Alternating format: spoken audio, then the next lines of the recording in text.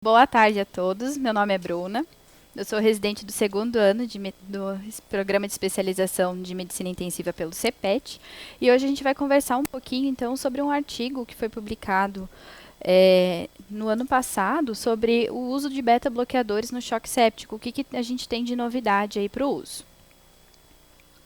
Bom, então é um artigo que foi publicado no Jornal de Medicina Intensiva, tá?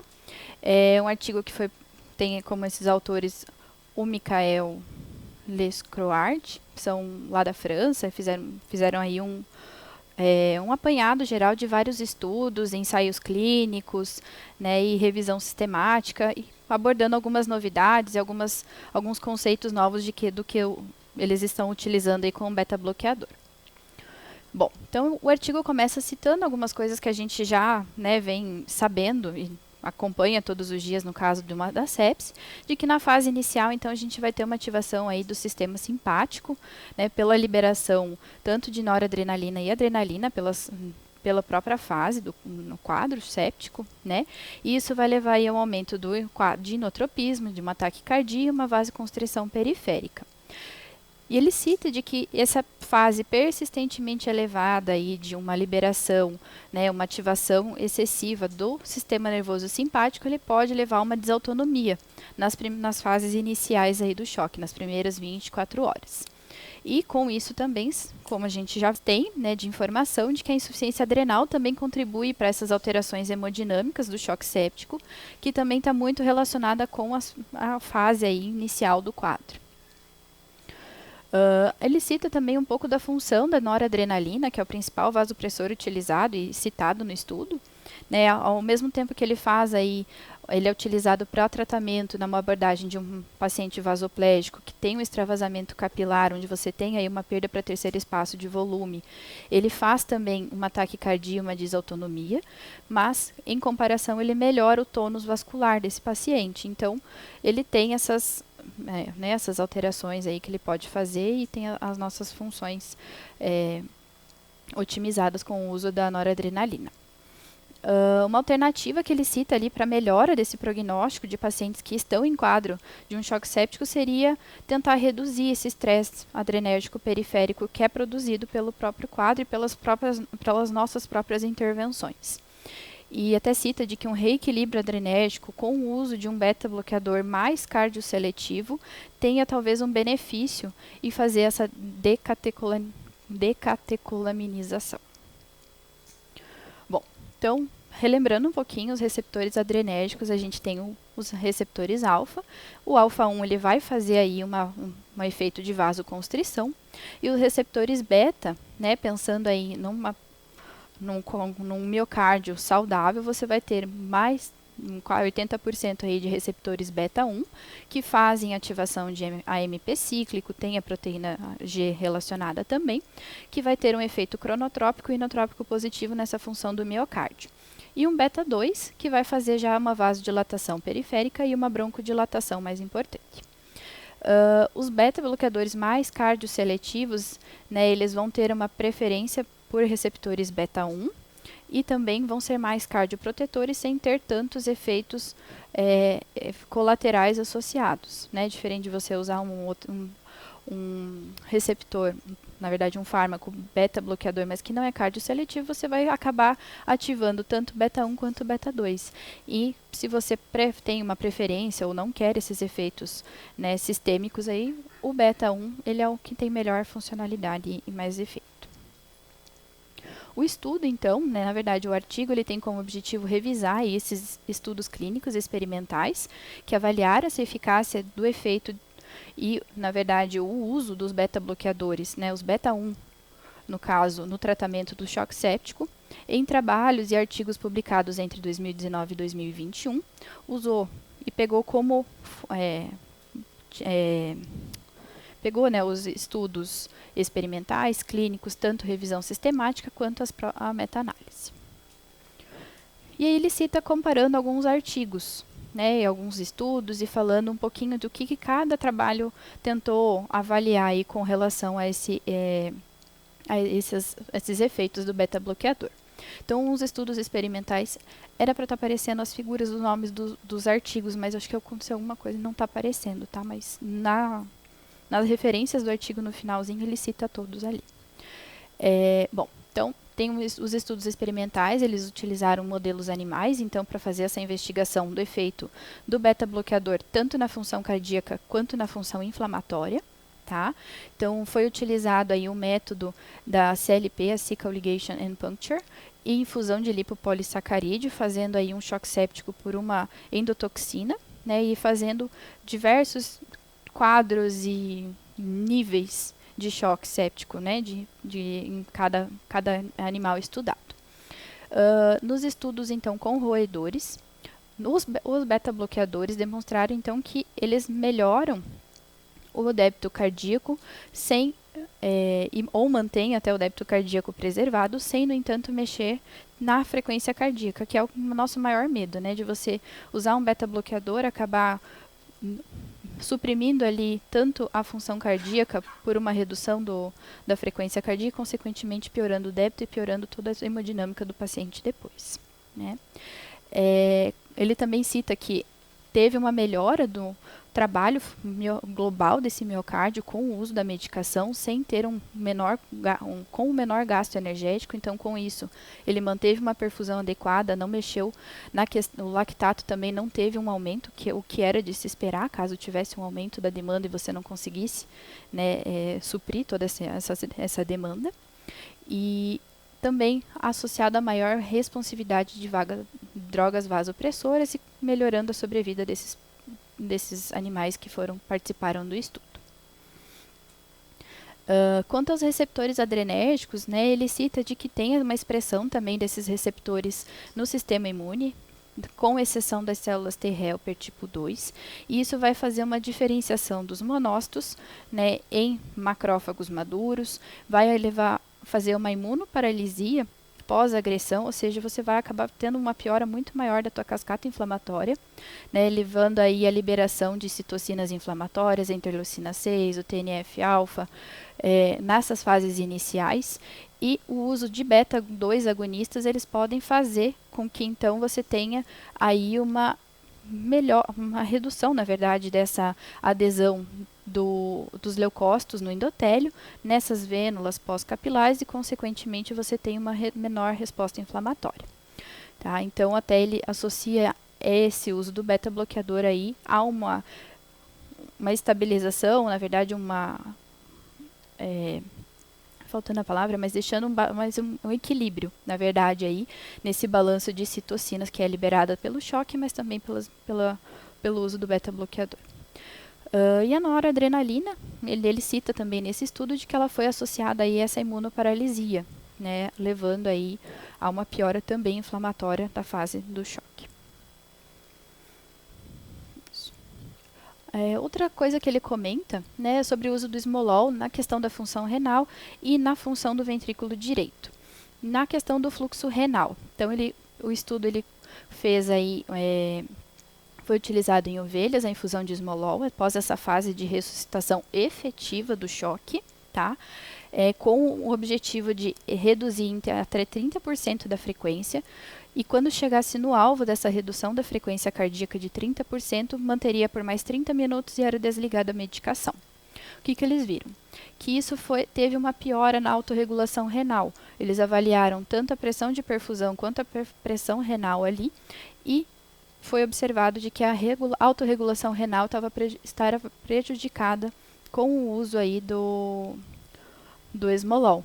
E depois que eles desligavam a medicação, foi feito mais um período de acompanhamento e foi percebido de que essa autorregulação ela era reversível depois desse uso desligado esse tempo da medicação.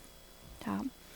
E na função ventricular, ali no coração direito, né, também foi feita uma redução da frequência cardíaca, sendo maior ou igual a 30%. Né? E o que foi visto? Que tinha uma deteriorização da função do ventrículo direito, uma redução da pressão sistólica final do ventrículo direito, levando a uma congestão venosa sistêmica e apesar de você ter uma melhora da função mecânica, você não tinha uma melhora na microcirculação, né? E até a macrocirculação desse paciente também era prejudicada.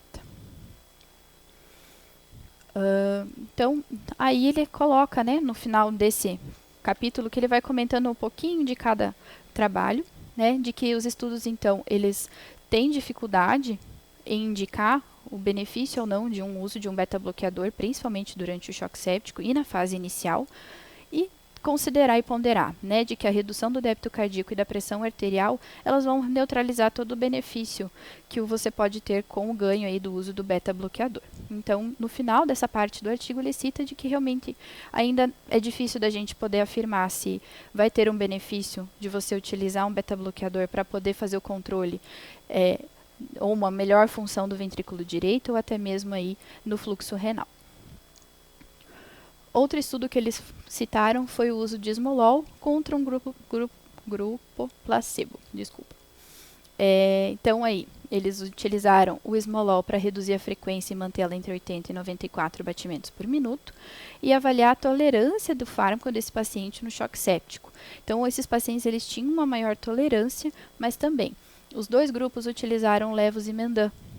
E aí acabou tendo um viés dos dois grupos, né? Os dois teve uma boa resposta na redução aí, da frequência cardíaca para o alvo, e não teve mudança na questão da redução do débito cardíaco. O volume sistólico ele ficou ali, manteve-se estável, na verdade, ou até em alguns casos aumentaram, porque você prolongou o tempo de diástole dele, então acabou mantendo aí o débito cardíaco preservado. De conclusão que esse estudo trouxe, então, foi de que a noradrenalina ela foi utilizada, mas numa menor intensidade, num menor número de pacientes, nos pacientes que tinham aí o uso do esmolol, tá? Porque tinham ainda também uma resistência vascular aumentada, e aí que entra o levosimendan, tá? E a comparação entre os dois grupos teve uma redução da mortalidade. No grupo do esmolol, cerca de 50%, e no grupo do placebo, 80%. Ele conclui, então, né, nesse estudo, dessa parte, de que o esmolol ele tem uma boa indicação para controle da frequência, tem uma boa tolerância, apesar do uso do levosimendan nesses pacientes, né, mas que não tem ainda uma conclusão, eles não conseguiram afirmar ou dizer exatamente o porquê que os pacientes que usavam o esmolol junto com o levosimendan tinham uma menor necessidade da droga vasoativa. Isso ainda, eles até citam de que carece de mais investigação para poder realmente afirmar ou chegar a uma conclusão do porquê disso tudo, tá? E, diante disso tudo, ele coloca para avaliar, né, da questão da sobrevida com a taxa de mortalidade. Foram taxas muito mais altas do que o esperado para eles, e a população dos pacientes que eles usavam também estava diferente do que eles esperavam de ter encontrado nos trabalhos. A gente sai um pouquinho ali, agora falando de alguns outros estudos. Né, tem o BEAST Study, foi um estudo de coorte retrospectivo que utilizou aí o beta-bloqueador em pacientes que já usavam como pré-tratamento para alguma comorbidade prévia ao internamento. E do que eles viram que os pacientes que usavam então esse beta-bloqueador em doenças crônicas, eles melhoravam a sobrevida quando tem o internamento em pacientes com sepse. Tá? E o uso de beta-bloqueador associado aí ao tratamento da sepse, ele foi efetivo na redução da mortalidade na UTI. A outra meta-análise, que era para estar aparecendo aqui os títulos dos artigos, enfim, foram 7 ensaios clínicos, né, associados ao uso desse beta-bloqueador, tanto na sepse quanto no choque séptico. E eles utilizaram o esmolol ou o landiolol. A gente vai conversar um pouquinho mais sobre o landiolol mais para frente, numa outra parte do artigo, né, que também é um beta-bloqueador, mas ele é um beta-bloqueador de uma ação ultra curta. Então, ele tem entre 2,5 minutos a 4 minutos de ação, muito mais cardioseletivo do que o esmolol. E os dois tiveram aí associados a uma menor mortalidade no final de 28 dias, que foi o período de avaliação desses estudos, tá? E uma outra revisão sistemática aborda aí o uso do esmolol, que é seguro e também efetivo na redução da mortalidade em 28 dias, associado também ao controle da frequência cardíaca, sem trazer efeitos adversos que fossem relevantes ou que trouxessem algum prejuízo para esses pacientes, principalmente com relação à perfusão tecidual, do que a gente já vinha comentando da questão de débito. Uma outra coisa que eu achei muito interessante do artigo, ele fala sobre a diferença da pressão sistólico-dicrótica de incisura, né, de que é um artigo, até o artigo foi publicado no British, não lembro o nome da revista, mas enfim, falando aí sobre a investigação de pacientes que teriam um risco de descompensação da parte cardiológica após o controle de uma redução, uma farmacológica da frequência. Então, ele usa a diferença entre pressão assistólica com a diferença de pressão ali do nó dicrótico, tá? E tendo um valor, uma diferença aí de 35 milímetros de mercúrio, ele prediz que esse paciente tem maior chance de ter uma descompensação caso você faça esse controle de frequência, porque você vai acabar mexendo na pós-carga desse paciente. E acaba aí piorando essa descompensação. Você vai ter uma alteração da contratilidade e tudo isso é difícil de você fazer a detecção ou avaliação por métodos de imagem. Esse trabalho, ele coloca como uma forma complementar de você fazer essa avaliação.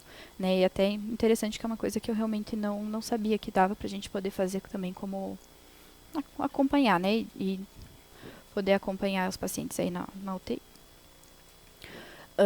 Aí, seguinte, ele comenta também sobre o uso do esmolol em pacientes com choque hiperdinâmico, né, onde ele cita, pelos estudos, enfim, de que o controle da frequência com o beta bloqueador, né, o beta 1, ele é seguro no tratamento, mas em pacientes que foram administrados 24 horas após o início do choque, né, e que permaneceram taquicárdicos.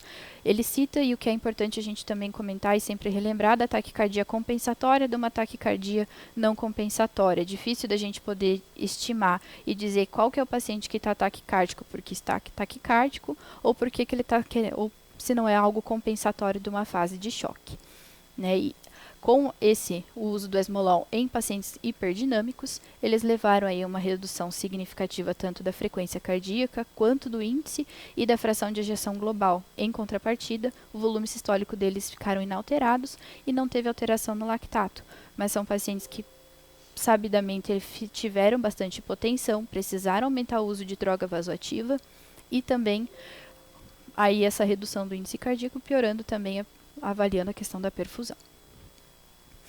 Aí o Landiol, né, que é um outro beta-bloqueador, então, que tem essa ação ultracurta, como eu já comentei, que é mais seletivo ainda para beta 1, né, e foi feito um estudo japonês, avaliando aí o Landiol na taquiarritmia relacionada à sepse. Foi um estudo multicêntrico, né, aí com grupo controle, enfim, que teve um grupo onde os pacientes fizeram controle da frequência e outros que não fizeram controle da frequência. O grupo dos pacientes que fizeram uso do Landiol, eles tiveram menor incidência aí de início de uma taquiarritmia. Ele até cita que pacientes que já estavam taquicárdicos, eles conseguiram ter um controle um pouco mais efetivo. E o início de novas taquicardias após o início da infusão da medicação foi menor, tá? Com isso, também teve uma comparação, uma maior sobrevida. A AFA relacionada à sepse foi menor em menor quantidade nos casos de pacientes aí que tinham o uso do Landiol, tá? E também associado aí ao melhor do cronotropismo. Então, melhor desfecho para esses pacientes que tiveram o uso do Landiol por conta da melhora da parte mecânica, né? Em contrapartida, todos esses pacientes, ou na verdade a maioria desses pacientes, acabou evoluindo com quadros de hipotensão grave, né? Então ele também cita de pesar, avaliar, né, o benefício de você iniciar o controle de frequência, principalmente com o Landiol. O efeito, né, que a gente pode considerar como bom é que ele tem uma ação ultracurta. Então, viu que o paciente não ficou bem, você consegue desligar a infusão da droga e você consegue reverter isso tudo de uma forma mais rápida, sem tentar descompensar tanto o paciente.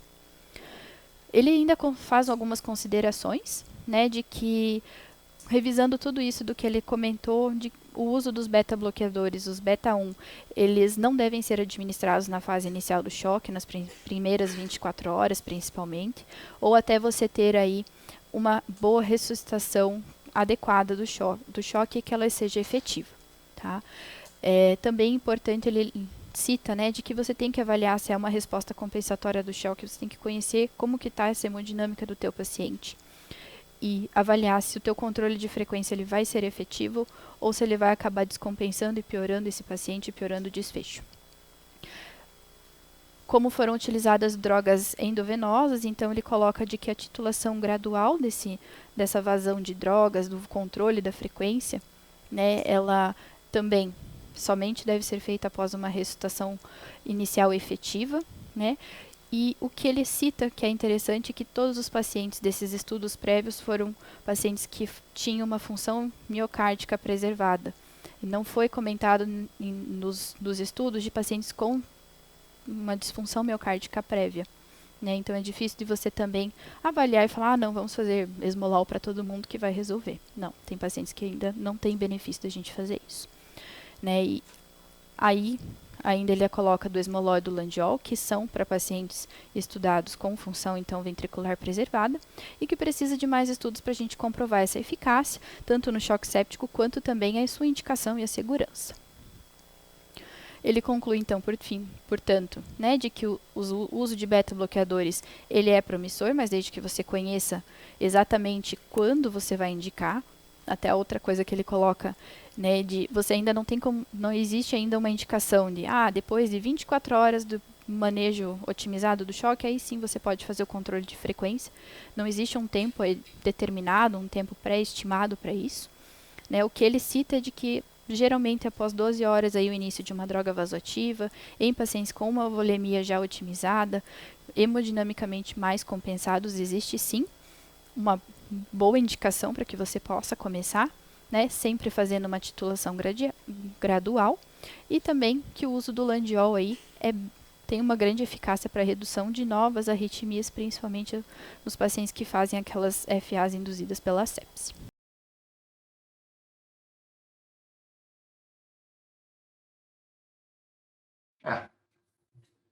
Acho que a gente ainda não tem uma definição precisa de se devemos usar e quando devemos usar beta-bloqueador nos doentes que têm choque, independente de droga vasoativa, e em especial no doente com choque séptico. Mas tem algumas considerações que estão aparecendo, acho que é muito mais conceitual a importância da apresentação do que prática. Né? Mas acho que isso ajuda vocês a compreenderem aquilo tudo que a gente faz e as consequências daquilo que a gente faz. Então, se eu pegar como modelo o POTS, e a gente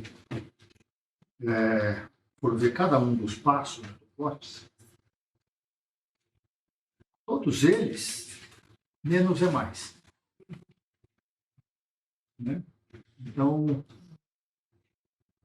eu, durante a minha atividade prática, fiz 3 a 4 vezes mais volume do que vocês fazem na prática. Fiz muito mal. Não era infrequente a gente pegar um doente grave e administrar 6, 7, 8 ml, 1000 ml de solução saturada. Deus me perdoe. Mas eu vou pagar um preço no purgatório.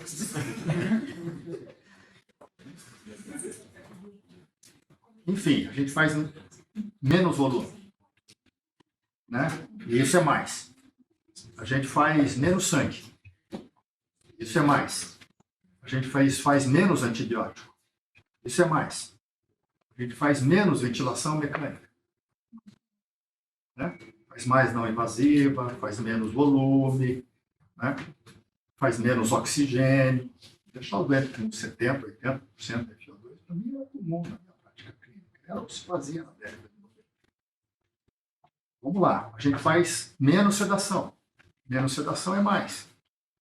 A gente faz menos diálise. Menos diálise é mais. O que mais? A gente faz menos profilaxia de De trombose venosa profunda, não. De hemorragia digestiva alta, a gente faz muito menos do que eu fazia na minha época. Menos nutrição. E a gente entupia os doentes depois, a gente tem calma. Né? Primeiro dia, no segundo dia, aborda todo mundo, mas não tem muita pressa. Deixa o doente para poder atingir lá suas calorias, sua proteína no terceiro, no quarto, no quinto dia. Não tem muita pressa. Então, para tudo isso, menos é mais. Por que não tem menos é mais para droga vasoativa? A gente parece que faz droga vasoativa sem limite, como se ela não tivesse um custo a ser pago. Não é verdade? Droga vasoativa desnecessária deve ser ruim também. Né? Esse efeito adrenérgico pega o doente que tem insuficiência cardíaca, por exemplo. Né? Essa hiperatividade adrenérgica, que é muito boa para poder compensar um estado de estresse, um estado hemodinâmico ruim numa fase aguda, a partir de quando que esse mecanismo de compensação que a gente lança a mão, ele começa a se tornar deletério. Em remodelamento de fibra miocárdica, em complicações de médio e longo prazo. Né? Então, certamente, os estudos experimentais e alguns estudos observacionais mostram que você tem um doente que faz trauma, sepsis, choque, ele tem uma hiperatividade imunológica, dura 36, 48, 72 horas, depois ele entra numa fase de anergia. Né? E essa fase de anergia, essa fase de imunodepressão, que se observa depois de um choque séptico, ele é muito dependente da intensidade da resposta adrenérgica que você tem na fase inicial. Quanto mais alto, quanto mais circo você faz, mais você deprime depois. Mais chance você tem de fazer infecção intercorrente posteriormente. Então, será que não tem um determinado ponto em que eu preciso de proteger esse doente, tirar a droga vasoativa, ou pelo menos proteger alguns efeitos dessa hiperatividade adrenérgica? Será que essa hiperatividade adrenérgica eu não posso proteger o coração e dar menos chance de doente desenvolver cardiopatia, sepsis, e ficar menos dependente de droga vasoativa mais tempo? Né? Se vocês ficam com um doentinho que fica com droga vasoativa, fica 5 dias, 6 dias, fica lá 10 ml por quilo, você não consegue tirar. Né? Será que a gente está causando benefício por esse doente? Mas eu entro lá, tento desligar a bomba, eu tento choque. Ele está precisando daquilo. Mas aquilo deve ter algum efeito. Então, é esse conceito de que, se para todo o resto menos é mais, por que a droga vasoativa não tem? Porque o único parâmetro que a gente tem para poder dizer assim, olha, eu estou fazendo muita droga, estou fazendo droga vasoativa porque o doente precisa, é o estado de perfusão. Eu não me dou bola para o outro efeito. Mas isso também era para as outras coisas, né? Por exemplo, para a ventilação. Enquanto o meu parâmetro era normalizar a fisiologia respiratória, eu fazia 8, 10, 12 ml por quilo de peso de volume corrente. Eu não dava muita bola para a pressão de platô. Aliás, os ventiladores que eu usei a minha vida inteira nunca mediram pressão de platô. Hoje vocês não têm um ventilador na beira do leito que não tem a tela. Assim, desde 1980, poucos eu uso ventilador, até 2004, 2005, praticamente não tinha em Curitiba ventilador com tela. Durante 22 anos na vida profissional, foi ventilador sem tela. Né? Eu fui conhecer uma curva de fluxo e de tempo já muito recentemente. Né? Autopico, diagnóstico, um monte de coisa. Mas, enfim, estou dizendo para vocês, se o parâmetro era normalizar gasometria, quanto deletério a gente não causou para muitos pulmões? Se o meu parâmetro é só lactato sérico, saturação venosa de oxigênio, a diferença veno arterial de oxigênio, quanto de efeito deletério eu não estou fazendo de droga vasoativa, ainda mais porque eu não consigo medir o consumo de oxigênio e saber se eu estou fazendo efeito benéfico ou não. Enfim, deve ter uma boa proporção dos blends que a gente faz em droga vasoativa, em que a partir de um determinado momento eu estou causando, junto com o benefício, algum tipo de malefício por essa hiperestimulação beta-adrenérgica que esses blends têm. Afinal de contas, a atividade beta-adrenérgica ela não se faz só em aumentar cronotoprismo ou a alfa-adrenérgica em fazer vasoconstrição. Tem efeitos metabólicos importantes, efeitos imunológicos também, essa hiperatividade. É nessa baila que vem vindo um acúmulo de tentativa de evidência experimental e pequenos trabalhos de que a utilização de beta-bloqueador pode ser segura primeiro e, eventualmente, ela pode ser benéfica em algum momento. Até que eu tenha um outro marcador para poder dizer, olha, a droga vasoativa a partir desse momento não é mais necessária.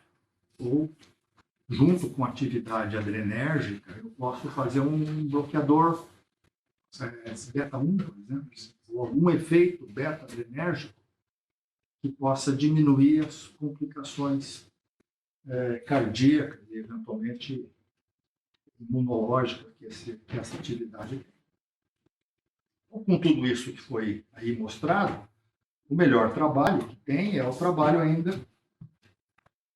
de um grupo italiano, publicado no JAMA, que é esse trabalho que está aqui. Não vou conseguir passar ali para vocês. Publicado, é um trabalho importante, publicado em 2013. Né? Tem vários autores aqui que são figurinhas comuns da medicina intensiva, mas ele foi feito na Itália. Andrea Morelli é o primeiro autor, ele é um trabalho clássico. Okay? Então, são 154 pacientes sépticos, todos eles dependentes de noradrenalina. Todos. Okay? 12 horas depois, eu olhava para a frequência cardíaca e dizia assim, puxa, a frequência cardíaca está acima de 95? Tá. Está dependente de droga vasoativa? Altas doses de droga vasoativa. Preciso de ler aqui o trabalho para te dizer o que é. Enfim, de altas doses, e esses blends foram randomizados para poder fazer esmolol ou placebo. Qual era o endpoint do esmolol? Baixar a frequência cardíaca para 80 a 94. Eu vou fazendo esmolol até baixar a frequência cardíaca e manter 80 a 94. O blend está fazendo noradrenalina. O que esse estudo mostrou? É seguro fazer. E, surpreendentemente, teve diminuição da mortalidade. Pegou aí? Mas como a diminuição de mortalidade era um efeito secundário, ele não é descrito como um estudo que mostra diminuição de mortalidade. Mas é um conceito de que, puxa vida, é seguro fazer esmolol e diminuir a frequência cardíaca, isso pode ter benefícios. Não foi muito para frente. Esse artigo de revisão aqui que a Bruna apresentou, tem o Bruno Levi, que é o último autor ali, mas é o responsável, basicamente, pelo estudo. Fez um estudo. Tem 2 estudos que comparam a noradrenalina com a adrenalina, por exemplo. Estuda muito a droga vasoativa, principalmente a adrenalina. E mostra que a adrenalina é igual a noradrenalina. Não para o coração. O coração sofre mais com a adrenalina. Acho que a ideia de um beta-bloqueador junto para poder eventualmente proteger o coração vem nessa baila. Eu acho que é isso. Acho que tem um conceito legal por trás, né, que faz a gente, pelo menos vocês, ficarem mais cuidadosos na beira do leito, de não usar a droga vasoativa de forma desnecessária. todos os estudos observacionais mostram que quem usa mais droga vasoativa tem piores consequências. Mas, obviamente, quem está usando mais droga vasoativa é pior que quem não está. Então, saber exatamente qual é o risco atribuído à utilização do adrenérgico é difícil de fazer. A gente teria que fazer estudos randomizados, doses maiores, doses menores, para poder ver se, quando eu diminuo a dose, se diminui alguns outros efeitos. E estudos dessa natureza não têm sido feitos. Não. É uma área que está meio escondida. Assim. Você vai utilizar, vai fazer uma revisão de droga vasoativa nos dentes com choque, você só olha para a perfusão. Qual que é melhor, etc.